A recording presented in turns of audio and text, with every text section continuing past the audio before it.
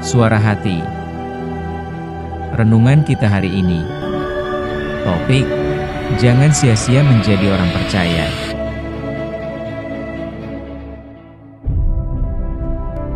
Dan jangan lupa saudaraku, untuk membagikan renungan ini kepada orang lain, agar mereka juga mendapatkan kekuatan rohani di dalam Tuhan.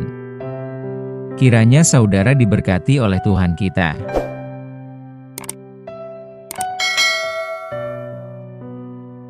Nas renungan kita hari ini, 1 Korintus 15 ayat 2, 3, 4. Oleh Injil itu kamu diselamatkan, asal kamu teguh berpegang padanya, seperti yang telah kuberitakan kepadamu, kecuali kalau kamu telah sia-sia saja menjadi percaya. Sebab yang sangat penting telah kusampaikan kepadamu, yaitu apa yang telah kuterima sendiri, ialah bahwa Kristus telah mati karena dosa-dosa kita, sesuai dengan kitab suci, bahwa ia telah dikuburkan, dan bahwa ia telah dibangkitkan pada hari yang ketiga, sesuai dengan kitab suci. Saudaraku, untuk mendeteksi seberapa seriusnya suatu masalah, kita dapat melihat sebab dan akibat, kemudian siapa yang dapat turun tangan dalam penyelesaian masalah itu. Demikianlah Tuhan Allah memandang betapa seriusnya masalah dosa dalam diri kehidupan manusia yang dibentuknya. Rancangan Tuhan Allah dalam menyatakan dirinya di tengah-tengah manusia di bumi ini adalah sebuah peristiwa yang patut kita syukuri.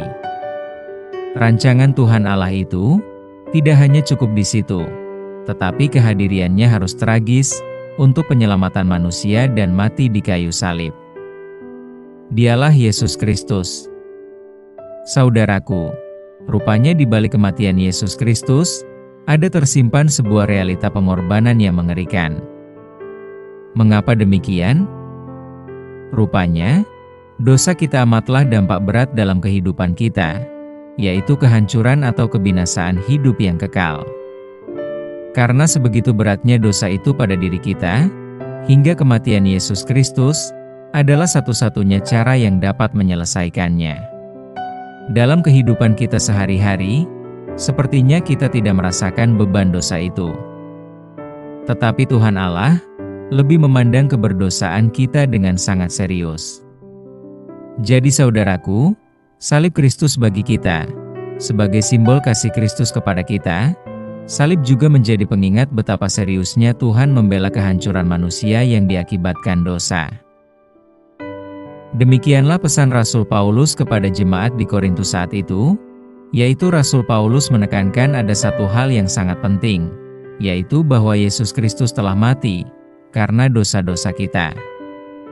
Inilah poin yang sangat penting yang harus kita ketahui dengan sungguh-sungguh dalam hidup kita. Sebab betapa malangnya kita, jikalau kita telah ditebus oleh Yesus Kristus melalui kematiannya, namun kita masih memelihara dosa dalam kehidupan kita sehari-hari. Seperti apa? Ya, entah itu kepahitan yang tidak dibereskan, kompromi kecil yang dianggap sepele, salah mengambil keputusan, maksud hati meninggikan seseorang malah menjatuhkan nama baiknya, atau kebiasaan buruk yang tertanam dalam diri kita yang bersifat tindakan toleransi. Ingatlah saudaraku, Yesus Kristus mati di atas kayu salib untuk menyelesaikan masalah terbesar dalam diri kita, yaitu segala dosa dan dampaknya yang mematikan itu. Dengan mengetahui hal ini, penting bagi kita agar tidak lagi memelihara dosa dan memaknai kematian Yesus dengan menunjukkan buah-buah pertobatan. Mintalah kepekaan dan kekuatan untuk menjauhi dosa kepada Roh Kudus Tuhan. Jika ada di antara kita yang masih menyimpan dosa, maka bertobatlah dan memohon ampun pada Tuhan Allah. Saudaraku, ingatlah pesan yang sangat penting ini, bahwa Yesus Kristus telah mati untuk membela kita, agar kita tidak terbeban karena dosa-dosa kita. Amin. Saudaraku, topik doa kita hari ini, yaitu untuk saudara kita yang ditindas beribadah oleh intoleran di negara kita Indonesia. Salam sehat saudaraku, Tuhan Yesus memberkati kita.